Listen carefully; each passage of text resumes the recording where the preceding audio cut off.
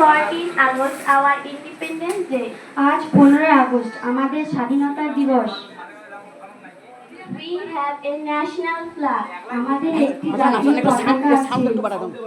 Our national flag has 3 colors. আমাদের জাতীয় পতাকার 3টি রং আছে। Saffron is at the top.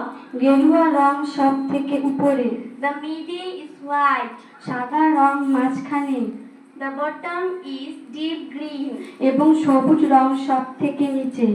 There is a chakra at the center of the flag. পতাকার মাঝখানে একটি চক্র আছে। It is Ashoka chakra of the King Ashoka. এটা হলো রাজা অশোকের চক্র। The colors and the chakra have meaning.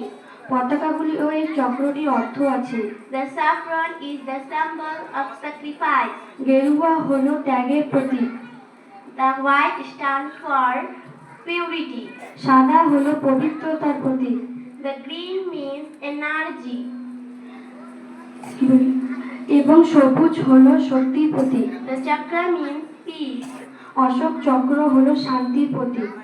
We love, honor and host our national flag high. আমরা আমাদের জাতীয় পতাকা উঁচুতে ওঠাতে ভালোবাসি এবং গর্ববোধ করি। Assalamu alaikum wa rahmatullahi wa barakatuh. আসসালামু আলাইকুম ওয়া রাহমাতুল্লাহি ওয়া বারাকাতুহু।